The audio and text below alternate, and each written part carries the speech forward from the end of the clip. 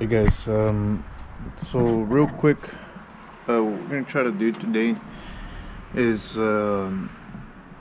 prevent a little bit of a vapor lock and heat soaking of my fuel injectors. I've already upgraded my fuel injectors to these 4-hole newer Bosch style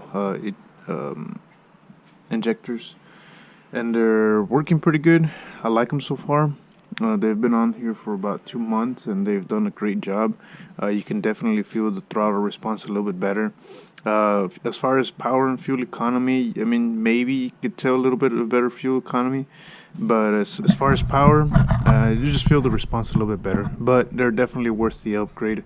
Plus, my old injectors were getting cracked, and they were in need some replacement, so I said, why not?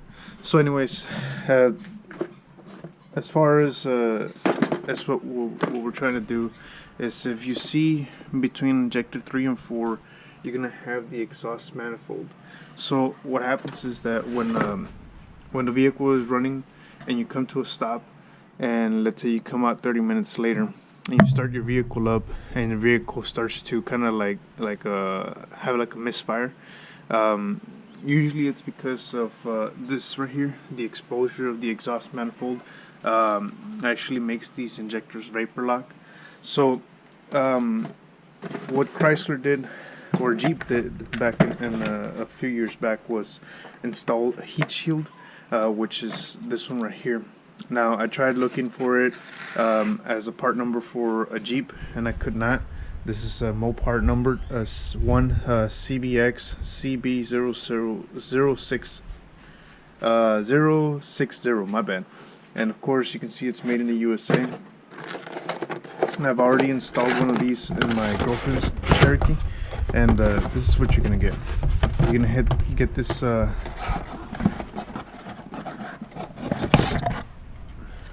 this heat shield right here that's gonna go in between the fuel rail and the exhaust manifold and try to cover that up. Some of the things that you also will find is going to be this little clip right here, which is going to help keep the heat shield down. Although it's not very necessary, you know, it is included on there, so might as well just install it. And it goes right here. Now this only goes one way, and as you can see, it's molded. And the way that it goes is this way. The hole is going to come for the little place is going to come this way, and that's because it holds somewhere back here behind the throttle body cables. So one thing that we got to do is we got to remove the throttle linkage, remove it back.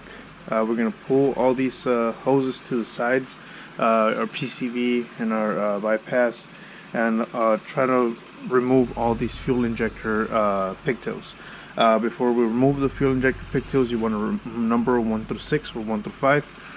Just so that you know where they come back, and you don't want to mix them around and whatnot. And although it's a little bit hard, but it is very possible to do so. So we're gonna disconnect the from your temperature sensor, your fuel pigtails, injector connectors. You're gonna remove your linkage. You're gonna remove your blow by, and you're gonna remove your PCV. You're also gonna remove this one right here. This pigtail that goes down to one of the O2 sensors, and that should be more than enough to move the cables off to the side. Now it is not necessary to completely remove it, although we might need to remove these to completely be able to move that the whole harness out of the way. So stay tuned, I'll let you know. Okay, so from this top view, you'll be able to see that you don't need to pull the harness completely out of the way, but here you can see the exposure of the fuel injectors to that heat from the exhaust manifold, and I kind of wanted you guys to see that. So it's going to be right here. You can see specifically injector 3 that has both sides, as well as injector 4. Now when you do this, you will also have exposure left on injector 1 and injector number 6 towards the end.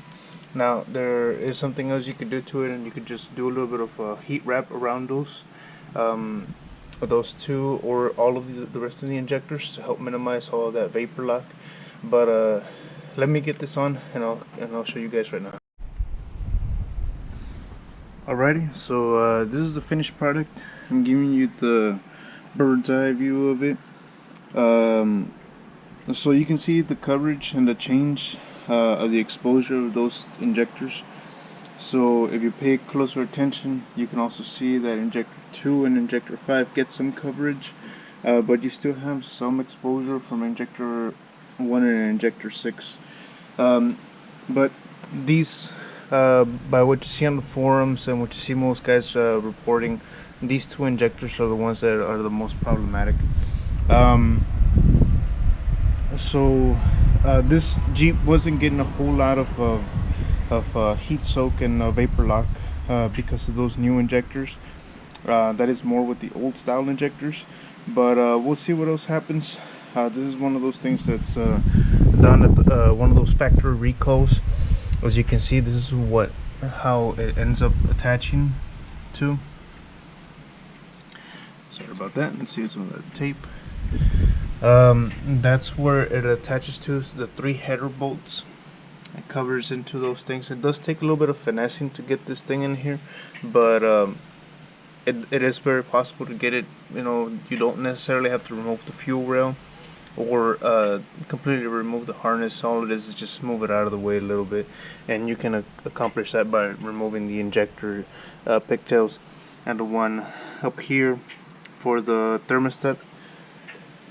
But yeah, this is what it is. Make sure your injectors are back in the correct place. Connect your throttle linkage again, and do any connections and any hoses, PCV or bypass hoses or blow-by hoses that you might have removed.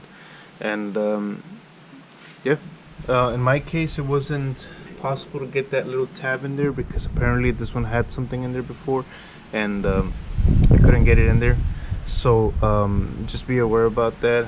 You might not encounter that in your Jeep, or might not likely, but this is the part number that's listed. Like I was telling you guys, this part number is listed for Wranglers up to 06, I believe, with the 4.0s, but because this is a Jeep with the 4.0, it'll fit.